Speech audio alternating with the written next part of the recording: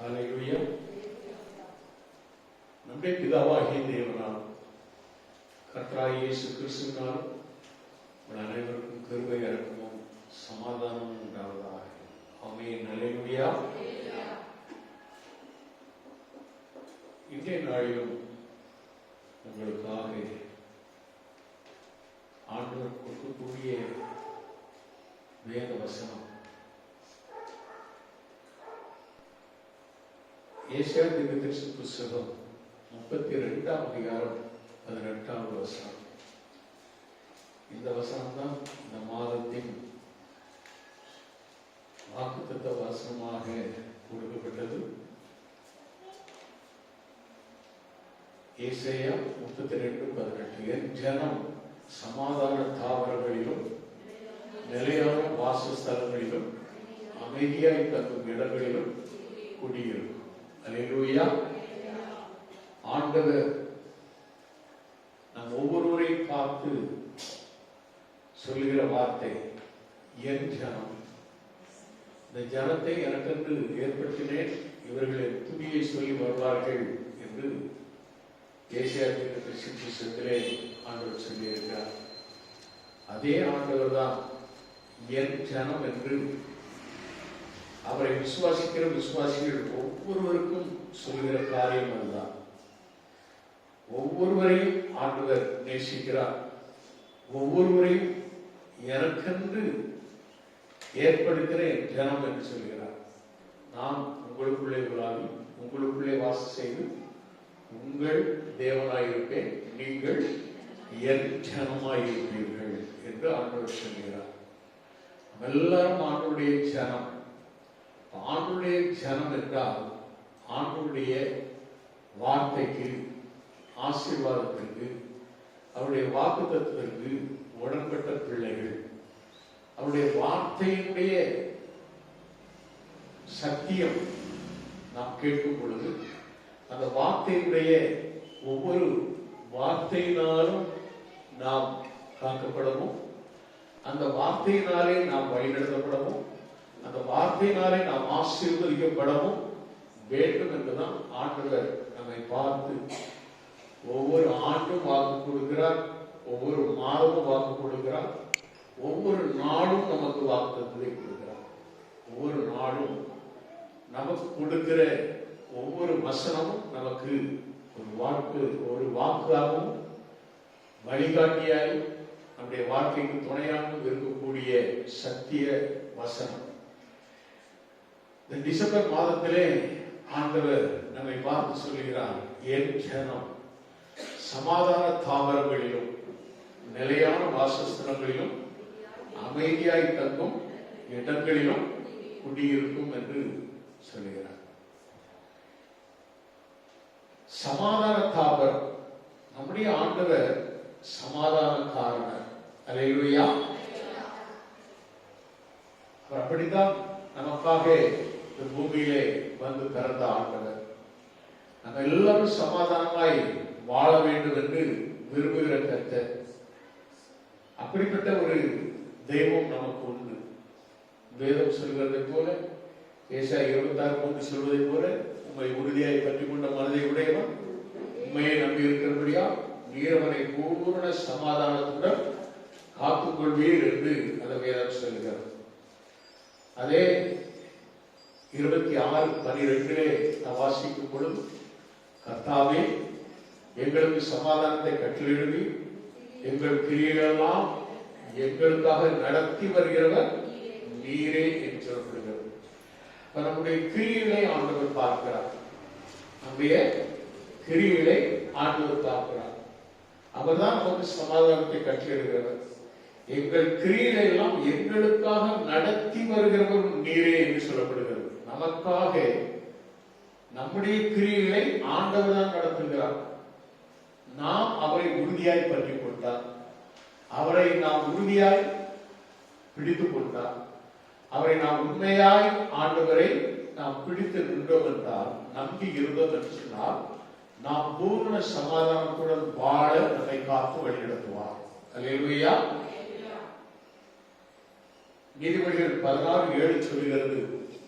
நீதிமொழிகள் 16:7 சொல்லுகிறது, ஒருவனுடைய வழிகள் கர்த்தருக்கு பிரியமாய் இருந்தால் அவனுடைய சத்துருக்களும் அவனுடைய சமாதானமாகும்படி செய்வார். அப்ப நம்முடைய வழிகள் கர்த்தருக்கு பிரியமாய் இருக்கிறதா? நாம் ஆண்டவர் காட்டும் வழியிலே நடக்கிறோமா?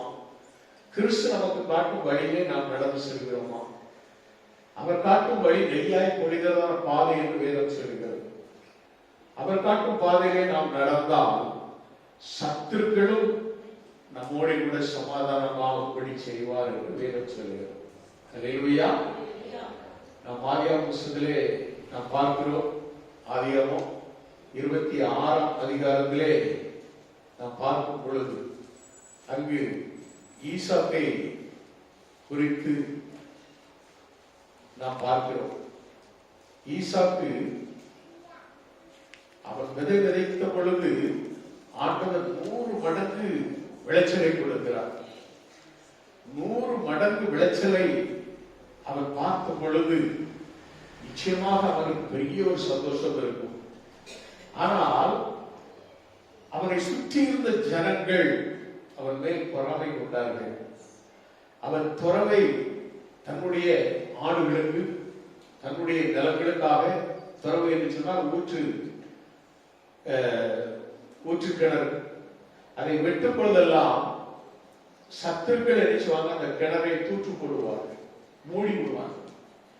கஷ்டப்பட்டு ஒரு கிணறை தோண்டி அதிலிருந்து தன்னுடைய பயிர் நிலங்களுக்கு தண்ணீர் பாய்ச்ச வேண்டும், 100 மடங்கு விளைச்சலை பெற்றுக்கொள்ள அவன் எடுக்கும் எல்லா முயற்சிகளிலும் என்ன செய்வாங்க, அவனோடு சண்டை போட்டு இவன் தோட்டத்துக்கும் அது எங்க தோட்டம் எங்க கிணறு என்று சொல்லி ஒவ்வொரு தடவையும் வாக்குவாதமும் சண்டையுமாக காணப்பட்டது. எத்தனையோ இடத்துல அவன் தோண்ட ஆரம்பிச்சான்.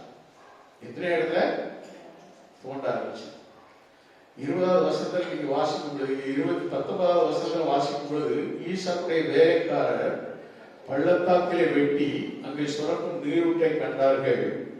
கேராவூர் மேய்ப்பர் இந்த தண்ணீர் தங்களுடையது என்று சொல்லி ஈசாக்குடைய மேய்ப்பருடனே வாக்குவாதம் பண்ணினார்கள். அவர்கள் தன்னுடைய வாக்குவாதம் பண்ணினபடியால் உத்தரவுக்கு ஏசேக்கு என்று பெயரிட்டார். அல்லேலூயா. வாக்குவாதம், சண்டைகள், பொறாமைகள் உன்னை எப்பொழுது சூழ்ந்து கொள்கிறது? ஆண்டவர் உன்னை மற்றவர்களுக்கு முன்பாக உயர்த்தும் பொழுது, உன்னை ஆசீர்வதிக்கும் பொழுது, மற்றவர்கள் எல்லாம் உனக்கு விரோதமாக கூடி வாக்குவாதம் சண்டையிடுவார்கள், உனக்கு விரோதமாக பேசுவார்கள். நாம் பார்க்கிறோம். 21வது வசனத்திலே வேறொரு துறவை வெட்டினார்கள், அதை குறித்தும் வாக்குவாதம் பண்ணினார்கள். ஆகையால் அதற்கு சித்தனா என்று பெயரிட்டார். இந்த ஏசேக்கு சித்தனா நம்முடைய வாழ்க்கையிலும் காணப்படும். நம்முடைய வாழ்விலே நம்முடைய ஆண்டவர் நம்மை கீழாக்காமல் மேலாக்குகிற ஆண்டவர், வாளாக்காமல் தலையாக்குகிற ஆண்டவர். நம்முடைய வளர்ச்சியை, நம்முடைய உயர்வை எரிசுவார்கள். நம்முடைய சத்துருக்கள் நமக்கு விரோதமாக போராடி நம்முடைய விசுவாசம் வாழ்வில் என்று நம்முடைய விசுவாசத்தை குறைக்கும்படியாக அநேக காரியங்களை செய்வார்கள். சத்துரு நமக்கு விரோதமாக எப்பொழுதும் கிரியை செய்து கொண்டே இருப்பார். அந்த சத்துருடத்திலே நாமும் போராடி வெற்றி பெறத்தான் ஆண்டவர் நம்மை என்ன செய்கிறார்? விசுவாச பாதையிலே நம்மை கரம் பிடித்து வழிநடத்துகிறார். நாம் எவ்வளவாய் ஆண்டவரோடு கூட விசுவாசமாய் இருக்கிறோமோ, இந்த விசுவாச போராட்ட வாழ்க்கையிலே நாம் போராடி வெற்றி பெறுகிறவர்களாய் இருக்கிறோம். அல்லேலூயா. ஆப்சோதரம் 26-29 நாம் வாசிக்கும் பொழுது நாம் பார்க்கிறோம். அந்த 22 நாம் பார்க்கும் பொழுது, பின்பு அவ்விடம் விட்டு பெயர்ந்து போய் வேறொரு துறவை வெட்டினார்கள், அதை குறித்து அவர்கள் வாக்குவாதம் பண்ணவில்லை. அப்பொழுது அவன், நாம் தேசத்தில் பலும்படிக்கு இப்பொழுது கர்த்தர் நமக்கு இடம் உண்டாக்கினார் என்று சொல்லி அதற்கு ரெகோபோத் என்று பெயரிட்டார் என்று சொல்லி பார்க்கிறோம். அல்லேலூயா. கர்த்தர் நமக்கு ஒரு இடத்தை உண்டாக்குவார். அதுதான் ரகோபோத். Price God. ஹல்லேலூயா. எவ்வளவு போராட்டம் மிகுந்த ஒரு வாழ்க்கையாக இருந்தாலும் கர்த்தர் நமக்கென்று ஒரு இடத்தை தெரிந்தெடுத்து அந்த இடம் ஒரு சமாதானமுள்ள தாவரமாக மாற்றுவார். அதைத்தான் வேதம் சொல்லுகிறது. அருமையான பிள்ளைகளை, என் ஜனம் சமாதான தாவரங்கள். அப்படிப்பட்ட ஒரு சமாதான தாவரம் தான் அந்த ரகோபோத். அதை குறித்து அங்க நாம் பார்க்கிறோம். 24வது வசனத்திலே 26, 29 நாம் வாசிக்கும் பொழுது, நாங்கள் உம்மை தொடாமல் நன்மையே உமக்கு செய்து உம்மை சமாதானத்தோட அனுப்பிவிட்டது போல நீரும் எங்களுக்கு தீங்கு செய்யாதபடிக்கு உம்மோடே உடன்படிக்கை பண்ணிக்கொள்ள வந்தோம். நீர் கர்த்தரால் ஆசீர்வதிக்கப்பட்டவராமே என்றார்கள். அல்லேலூயா, அல்லேலூயா. 28வது வசனத்திலே சொல்லும் பொழுது, அதற்கு அவர்கள், நிச்சயமாய் கர்த்தர் உம்மோடு கூட இருக்கிறார் என்று கண்டோம் என்று ஈசாக்கை குறித்து சொல்லுகிறார்கள். காரணம் என்ன? எத்தனை போராட்டங்கள் வந்தாலும், தொடர்ந்து அவனுக்கு எதிர்ப்புகள் வந்தாலும், அவன் நீருக்கு கண்ட இடத்தையெல்லாம் சத்துருவாகம் தனக்கென்று எடுத்துக்கொண்டாலும் கூட, உன்னுடைய ஆசீர்வாதத்தை எல்லாம் இது என்னுடைய ஆசீர்வாதம், எனக்குள்ளது என்று சத்துருக்கள் எடுத்துக்கொண்டாலும் கூட தொடர்ந்து விசுவாசத்திலே முன்னேறி சென்றான். தொடர்ந்து துறவை தோண்டினான். கடைசியிலே அவர்கள் கண்டுகொண்டது என்ன? கர்த்தர், நிச்சயமாய் கர்த்தர் உம்மோடு கூட இருக்கிறார் என்று கண்டோம் என்று. அல்லேலூயா. நீ தொடர்ந்து விசுவாச பாதையிலே நீ முன்னேறி செல்ல வேண்டும். தடைகள் வரத்தான் செய்யும். தடைகள் வரும், எதிரான போராட்டங்கள் வரும். வராது என்று வேதத்திலே எங்கேயுமே நான் பார்க்கிறோம். ஈசாக்குடைய வாழ்வில் நடந்த சம்பவத்தை தான் நாம் இப்பொழுது பார்க்கிறோம். ஏசேக்கு சித்தனம் எல்லாருடைய வாழ்க்கையில் வரும். எல்லாரும் ஏசேக்கு சித்தனம் என்கிற வாழ்க்கையை கடந்து, வாக்குவாதம், சண்டை எல்லாவற்றையும் கடந்துதான் நாம் என்ன செய்வோம்? முன்னேறி செல்ல வேண்டும். அதற்காக சோர்ந்து விடக்கூடாது. மீண்டும் மீண்டும் துறவை வெட்டி கொண்டே இருந்தார். அப்படி வெட்டிய இடத்துலதான் ஒரு இடம் வரும் பொழுது அவர்கள் அவரோடு கூட இருக்கிற கர்த்தரை தெரிந்து கொண்டார்கள். ஹல்லேலூயா. அவன் அந்த இடத்துல, அந்த பேசுவ அந்த இடத்துலலாம் அவருக்கு ஒரு ஆசீர்வாதத்தை ஆண்டவர் கொடுக்கிறார். இயேசுக்கு சித்தனம் முடிந்து விட்டது, பெயர் சபா தொடங்கி விட்டது. ஹல்லேலூயா. நம்ம ஒவ்வொருடைய வாழ்விலும் ஆண்டவர் அப்படிப்பட்ட சமாதானத்தை கொடுக்க வல்லவராய் இருக்கிறார். Praise God. ஹல்லேலூயா. ஏற்கனவே சொன்னபடி ஒருவருடைய வழிகள் கர்த்தருக்கு பிரியமா இருந்தால் அவருடைய சத்துருக்களும் அவருடைய கூட சமாதானமாகும்படி செய்வார் என்று நீதிமொழிகள் 16:7 சொல்லப்பட்டபடி, இந்த ஆதியாகமம் 26:31 நாம் வாசிக்கும் பொழுது, அதிகாலையில் எழுந்து ஒருவருக்கொருவர் ஆணையிட்டுக் கொண்டார்கள். பின்பு ஈசாக்கு அவர்களை அனுப்பிவிட்டான். அவர்கள் அவ்விடத்திலிருந்து சமாதானத்தோடு போய்விட்டார்கள் அப்படின்னு சொல்லிட்டு 33 அதற்கு சேவா என்று பெயரிட்டார். ஆகையால் அந்த ஊரின் பேர் இன்னொரு வரைக்கும் பேர் சேவா என்று அழைக்கப்படுகிறது. அல்லேலூயா. நம்ம ஒவ்வொருடைய வாழ்விலும் ஆண்டவர் ஒரு பேர் சேவா என்ற ஒரு இடத்தை நமக்கு நிச்சயமாக கொடுப்பார். நம்முடைய விசுவாச வாழ்க்கையிலே நாம் முன்னேறி செல்வதாய் காணப்படுகிறது. தடைகள் வரத்தான் செய்யும். தடைகள் பல விதங்களிலே வரும். ஒன்று, நமக்கு ஏதாவது ஒரு பிரச்சனை வரும், வேலையிலே பிரச்சனை வரும், இல்லைன்றால் நல்லா தொழில ஒரு முன்னேற்றத்தோடு போய்கொண்டு வரும் பொழுது தடைகள் வரும். இது எதனால் வருகிறது, எப்படி வருகிறது என்று நாம் ஆராய்கிறதை விட ஆண்டவரை இன்னும் முழுமையாக நாம் பற்றி பிடித்துக் கொண்டு விடா முயற்சியோடு நாம் என்ன செய்யணும்? முயற்சி செய்யணும்.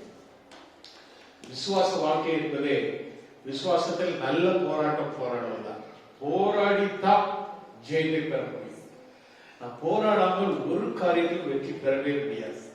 எந்த ஒரு காரியமாக இருந்தாலும் நம்முடைய விசுவாச வாழ்க்கை என்பது ஆண்டவர் அப்படித்தான் நம்ம ஒவ்வொருவரையும் ஆசீர்வதிக்க விரும்புகிறார். நாம் உலகத்தை போராடும், மாம்சத்துல போராடி ஜெயிக்கணும். மாம்சத்தின் இச்சைகளிலிருந்து போராடி ஜெயிக்கணும். போராடி நாம் ஜெயிக்கும் பொழுது நம்முடைய வாழ்க்கை நிச்சயமாக ஆசீர்வாதத்தை பெறும். வியாதியை கொண்டு வந்து நம்முடைய வாழ்க்கையில் பெரிய தடைக்கல்லாக உருவாக்குமான சத்து. அந்த வியாதியும் நாம் ஜெயம் பெற நமக்கு பரிகாரியாய கர்த்தர் இயேசு இருக்கிறார். அவருடைய ரத்தம் நமக்கு நிச்சயமாக வெற்றியை தரும். நம்முடைய வாழ்க்கையிலே இயேசு கிறிஸ்துவின் ரத்தம் நமக்கு ஜெயத்தை கொடுக்கும். அனுதினமும் நம்முடைய வீட்டை சுற்றிலும் ஆண்டவருடைய ரத்தத்தை தெளித்து நாம் இருப்போம் என்றால் எந்த ஒரு பாதையும் நம்முடைய கூடாரத்தை அணுகாது. அல்லேலூயா. நாம் நம்முடைய வாழ்க்கையில இப்படியாக நாம் முன்னேறி செல்வதற்கு ஆண்டவர் சமாதானத்தின் தேவனாய் இருந்து நம்மை ஆசீர்வதிப்பார்.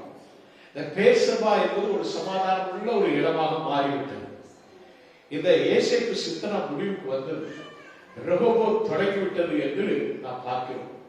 நம் ஒவ்வொருடைய வாழ்வையும் ஆண்டவர் சமாதானம் உள்ள தாவரங்களாக நம்முடைய கூடாரத்தை மாற்ற விரும்புகிறார். என் ஜனம் சமாதான தாவரங்களிலும் நிலையான வாசஸ்தலம் என்று சொல்லி வேதம் சொல்லுகிறது. இந்த நிலையான வாசஸ்தலம் எங்கு கிடைக்கும்? முதல்ல சமாதானத்தை குறித்து நாம் பார்த்தோம். ஏசாயா 32:17 நாம் வாசிக்கும் பொழுது நீதியின் கிரியை சமாதானமும் நீதியின் பலன் என்றும் உள்ள அமெரிக்கையும் சுகமும் ஆகும். அல்லேலூயா. இப்படி அந்த வேதவசனம் சொல்கிறது. நீதியின் கிரியை சமாதானம். நாம் எந்த நீதியிலே நாம் இருக்கிறோம்? சுய நீதி, நம்முடைய சுய நீதியை நாம் பெருமை பாராட்டிக் கொண்டிருக்கிறோம். அதுவே தேவ நீதியோடு நாம் இணைத்தால், இந்த கிறிஸ்துவின் நீதியோடு கூட நம்முடைய வாழ்வை இணைத்து நாம் வாழ்ந்தால் நம்முடைய நீதி ஒன்றுமே கிடையாது. நம்முடைய சுய நீதிலாம் ஒன்றுமே கிடையாது. நாம் எல்லாரும் அழுக்கான கந்தைகள் என்று ஏசாயா தீர்க்கதரிசி சொல்கிறார்கள். நம்முடைய நீதியெல்லாம் அழுக்கான கந்தைகள் என்று ஏசாயா தீர்க்கதரிசி சொல்லுகிறார். அருமையான தேவனுடைய பிள்ளைகளே, நாம் சமாதானத்தை பெற்றுக்கொள்ள தேவ நீதி, அந்த நீதியின் கிரியை நாம் பெற்றுக்கொள்ள வேண்டும். அல்லேலூயா. ஏசாயா 38:17 நாம் பார்க்கிறோம். சோதரம் 52:7 நாம் வாசிக்கும் பொழுது சமாதானத்தை கூறி நற்காரியங்களை சுவிசேஷமாய் அறிவித்து ரட்சிப்பை பிரசித்தப்படுத்தி உன் தேவன் ராஜரீகம் பண்ணுகிறார் என்று சீயோனுக்கு சொல்லுகிற சுவிசேஷனுடைய பாதங்கள் மலைகளின் மேல் எவ்வளவு அழகாய் இருக்கின்றன என்று சொல்லப்படுகிறது. சமாதானத்தை கூறி நற்காரியங்களை சுவிசேஷமாய் அறிவிக்கிற ஒரு மாதம் தான் இந்த டிசம்பர் மாதம்.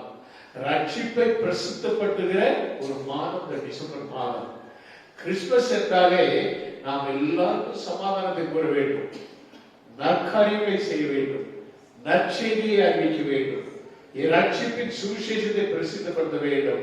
அப்படி நாம் அப்படி நாம் செய்வதுதான் நம்முடைய வேலை என்று சொல்லப்படுகிறது.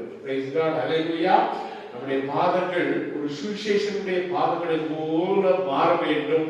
அது எவ்வளவு அழகாக இருக்கின்றன என்று ஆண்டவர் புகழுகிறார். பிரியமானவர்களே, சமாதானம் உன்னுடைய குடும்பத்தில் வேண்டும் என்று சொன்னால், சமாதானம் உன்னுடைய குடும்பத்தில் வேண்டும் என்றால் அடுத்த ஒரு காரியம் வேதம் சொல்லுகிறது. ஏசாயா 54:13 நாம் வாசிக்கும் பொழுது உன் பிள்ளைகள் எல்லாரும் கர்த்தரால் போதிக்கப்பட்டிருப்பார்கள், உன் பிள்ளைகளுடைய சமாதானம் தெரியும். பிள்ளைகள், நீ வளர்க்கும் உன்னுடைய பிள்ளைகள் கர்த்தரால் போதிக்கப்பட்டிருக்கிறார்களா? உன் பிள்ளைகள் கர்த்தரால் போதிக்கப்பட்டிருக்கிறார்களா? தேவ வசனம் அவருடைய வாழ்வில் இருக்கிறதா? அனுதினமும் அவர்கள் வேத வாசிக்கிறார்களா? அனுதினமும் அந்த பிள்ளைகள் அந்த வார்த்தையினாலே போதிக்கப்பட்டவர்களாய் வளர்கிறார்களா? அப்படி இருந்தால் உன் பிள்ளைகளுடைய சமாதானம் பெரிதாக இருக்கும். உன் பிள்ளைகளை நீ அவங்க இஷ்டப்படி அவங்க வாழட்டும், அவங்க இஷ்டப்படி போகட்டும், அவங்களை நம்ம இப்ப எதுவுமே சொல்லக்கூடாது. ஒவ்வொருத்தங்க பிள்ளை வளர்ப்பாங்க. எப்படி வளர்ப்பாங்க தெரியுமா? அந்த பிள்ளைங்க சந்தேகமே படக்கூடாது. எப்படி சந்தேகமே படக்கூடாது. அதுக்குள்ளதான் விளங்காம இருக்கும், அதுக்குள்ளதான் விளங்காம போயிடும். ஏன்னா நீ அதை சந்தேகப்படாத அளவுக்கு அது வேற விதமாக நடக்கும். வெளியில உள்ள வாழ்க்கை உனக்கு தெரியவே தெரியாது. எந்த பிள்ளையாக இருந்தாலும் வேதத்தின்படி நீ அந்த பிள்ளைகளை நடத்த, வசனங்களை கற்றுக்கொடு, வசனத்தின்படி வாழ கற்றுக்கொடு. உன் பிள்ளைகள் கர்த்தரால் போதிக்கப்பட்டிருந்தா உன் குடும்பம் சமாதானமாக இருக்கும், உன் பிள்ளையுடைய சமாதானம் பெரிதா இருக்கும். அப்படி இல்லைன்னா உன் பிள்ளைகளால தான் உன் சமாதானம் கெட்டு போகும், உன் குடும்ப சமாதானம் கெட்டு போகும். அப்படின்னாலே என் ஜனம் சமாதான தாவரங்கள், உன் குடும்பம் ஒரு சமாதான தாவரமுள்ள கூடாரமாக காணப்பட வேண்டுமானால் உன் பிள்ளைகள் கர்த்தரால் போதிக்கப்பட்டிருக்க வேண்டும். அல்லேலூயா, அல்லேலூயா. வேதம் தெளிவாக சொல்கிறது, துன்மார்க்கருக்கு சமாதானம் இல்லை என்று என் தேவன் சொல்கிறார் என்று ஏசாயா 57:21 நாம் வாசிக்கிறோம். பிரைஸ் தி லார்ட், அல்லேலூயா. அருமையான தேவனுடைய பிள்ளைகள், யோபுவை பார்த்து அவருடைய நண்பர்கள் சொல்கிறார்கள், உன்னுடைய கூடாரம் சமாதானத்தோடு இருக்க காண்பீர், உன்னுடைய வாசஸ்தலத்தை விசாரிக்கும் போது குறைவை காண மாட்டீர் என்று யோபு பக்தனுடைய நண்பர்கள் அவனை பார்த்து சொல்கிறார். உன்னுடைய கூடாரம் சமாதானத்தோடு இருக்க காண்பீர். நம்முடைய கூடாரம் சமாதானத்தோடு காணப்படுகிறதா? நம்முடைய பிள்ளைகள் கர்த்தரால் போதிக்கப்பட்டிருக்கிறார்களா? எதனாலே நம்முடைய குடும்பத்திலே சமாதானம் கேடு வருகிறது? நாம் கிறிஸ்துவுக்குள் உண்மையாக வாழ்கிறோமா? நாம் உண்மையான அந்த இயேசுவை உறுதியாய் பற்றி கொண்டு வாழ்கிறோமா? கிறிஸ்துவின் பிள்ளைகளாக வாழ்கிறோமா? கிறிஸ்துவின் சுவிசேஷத்தை நாம் அறிவிக்கிறோமா? நற்காரியங்களை செய்கிறோமா? இல்லை, நாம் எப்படி வாழ்ந்து கொண்டிருக்கிறோம்? நம்மை வைத்தும் நம்முடைய பிள்ளைகளை வைத்தும் தான் குடும்பத்திலே சமாதானத்தை நாம் காண முடியும். பிரைஸ் தி லார்ட், ஹல்லேலூயா. இரண்டாவது நாம் பார்க்கிறோம் நிலையான ஆண்டவர் சொல்றார், நிலையான ஒரு ஜனம் சமாதான தாவரங்களிலும் நிலையான வாசஸ்தலம். நம்முடைய வாசஸ்தலத்தை குறித்து ஆண்டவர் சொல்லுகிறார். நிலையான வாசஸ்தலம் என்று சொல்லப்படும் பொழுது அது நமக்கு எங்கு இருக்கிறது? நமக்கு எங்கு இருக்கிறது? நாம் பார்க்கிறோம், இந்த உலகத்திலே எல்லாருக்கும் சொந்த வீடு அப்படின்னு கிடையாது. எல்லாரும் சொந்த வீடுல இருக்குமா? இல்லை, வாடகை வீடு தான். ஒரு 2 வருஷம் 3 வருஷம் எல்லாரும் ஒரே இடத்துல உட்கார்ந்து வாழ்கிறோம். சில நேரத்தில் அந்த அக்ரிமெண்ட் குடிக்க வச்சு வாடகையை கூட்டணும் அது இதுன்னு சொன்னா நம்மள எரிஞ்சுவான், அவ்வளோதான் கிளம்பி விட்டுருவான், போங்க அப்படின்னு சொல்லி நம்ம என்ன செய்வோம், விரட்டி விட ஆரம்பிப்பான். அப்போ ஒரு நிலையான ஒரு வீடு என்பது நமக்கு இங்கு உண்டா என்றால் நமக்கு கிடையாது.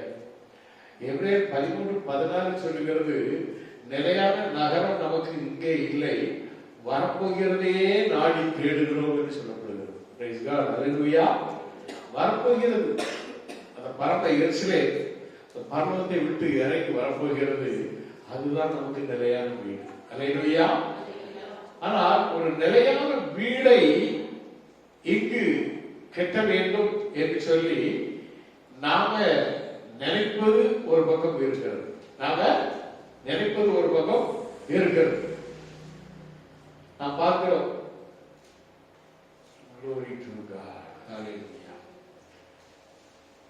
1 சாமுவேல் 25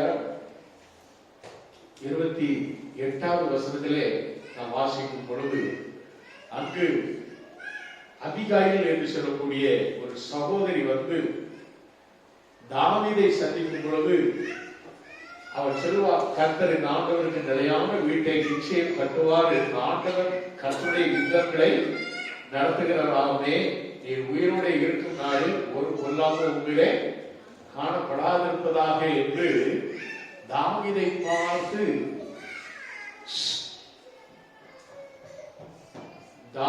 பார்த்து ஒரு வாழ்த்துதலை சொல்வார். இந்த வாழ்த்துதல் அவளுக்கு பின்னாலே ஒரு பெரிய ஆசீர்வாதமாக மாறும். அல்லேலூயா. கர்த்தருடைய யுத்தங்களை நடத்துகிறவராகவே நீர் எப்பொழுதும் யுத்த காலத்திலேயே சுற்றி கொண்டிருக்கிறீர். ஆனால் கர்த்தர் நமக்கு ஒரு நிலையான ஒரு நிச்சயமாக ஒரு வீட்டை கட்டுவார் என்று சொல்லுகிறார். அவருடைய மகன் சாலமோன் ஆண்டவரிடத்தில் ஒரு வார்த்தையை சொல்கிறார், தேவரின் வாசப்படத்தக்க வீடும் நீர் என்றைக்கும் தங்கத்தக்க நிலையான ஸ்தானமாகிய ஆலயத்தை உங்களுக்கு கட்டினேன் என்று சொல்கிறார் 1 ராஜாக்கள் 8ஆம் அதிகாரத்திலே 13வது வசனத்திலே.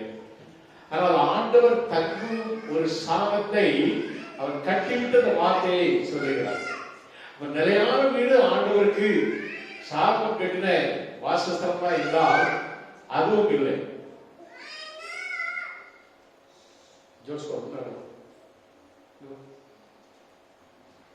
நிலையான ஒரு வீடு, நிலையான ஒரு வாசஸ்தலம் நம் ஒவ்வொருவருக்கும் வேண்டும் என்று ஆண்டவர் விரும்புகிறார்.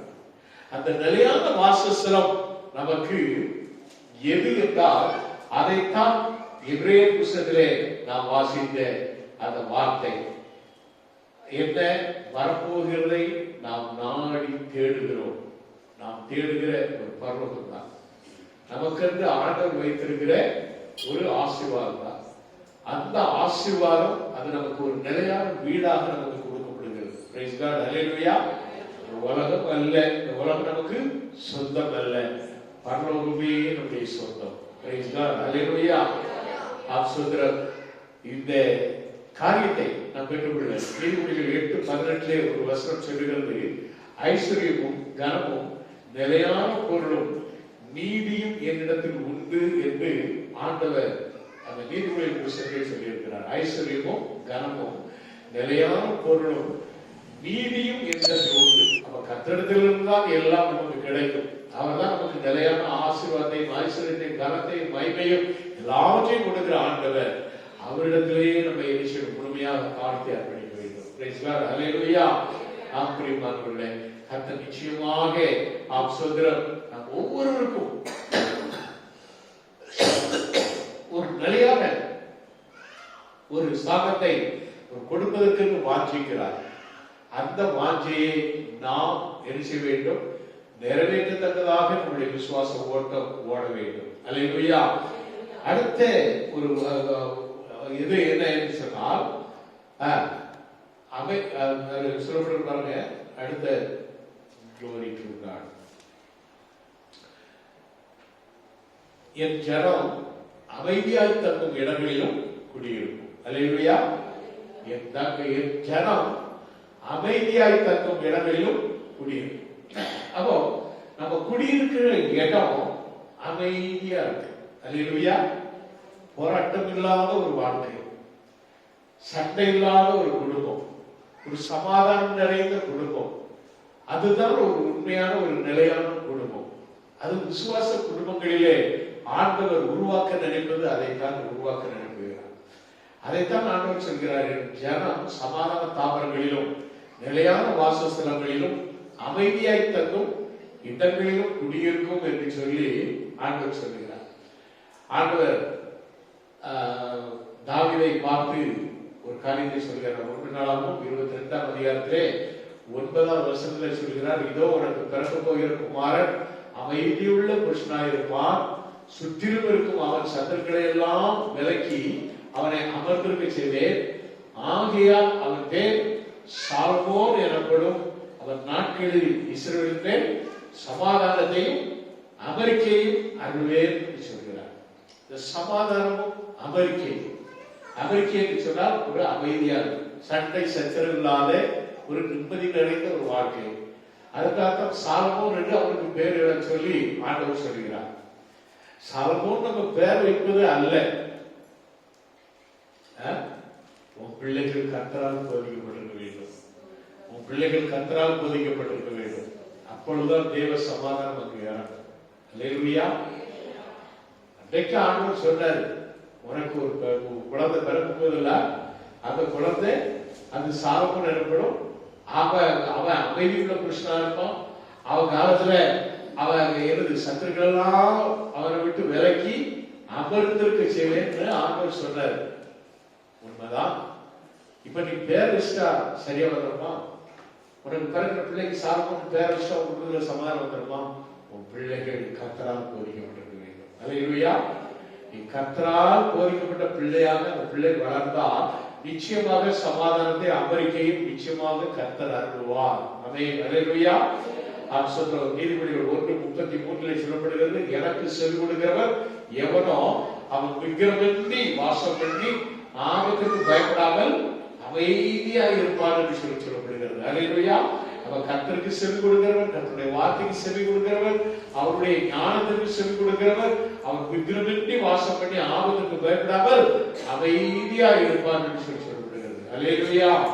தேவனுடைய பிள்ளைகளே, ஒவ்வொருடைய வாழ்விலும் ஆண்டவர் நமக்கு ஒரு அமைதியையும் ஒரு அமெரிக்கையுமான ஒரு வாழ்க்கையை ஆண்டவர் நமக்கு தர வேண்டும் என்று வாஞ்சிக்கிறார். அந்த வாழ்க்கையை நாம் பெற்றுக்கொள்ள வேண்டும். அமைதியாய் தங்கும் இடமாக நம்முடைய வாழ்க்கை மாற வேண்டும். இஸ்ரவேலை குறித்து, யாக்கோபை குறித்து வேதம் சொல்கிறது. எரேமியா 46:27 என் தாசனாகிய யாக்கோபே, நீ பயப்படாதே, இஸ்ரவேலை நீ கலக்காதே, இதோ நான் உன்னை தூரத்திலும் உன் சந்ததியை அவர்கள் சிறையிருக்கிற தேசத்திலும் இருந்து விடுவித்து ரட்சிப்பேன்.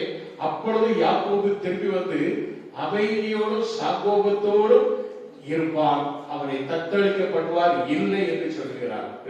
ஹல்லேலூயா. இந்த சம்பவங்கள், இந்த மாதிரி காரியங்கள் நம்முடைய வாழ்விலே நடக்க வேண்டுமானால் சகோதரர், என் ஜனம் சமாதான தாவரங்களிலும் நிலையான வாசஸ்தலங்களிலும் அமைதியாய் தங்கும் இடங்களில் குடியிருக்கும் என்று ஆண்டவர் நமக்கு ஒரு வாக்கை கொடுக்கிறாரே. இந்த வாக்கு நிறைவேற வேண்டுமானால் நாம ஒரு 15வது வருஷத்திலிருந்து நம்ம வாசிப்பாங்க.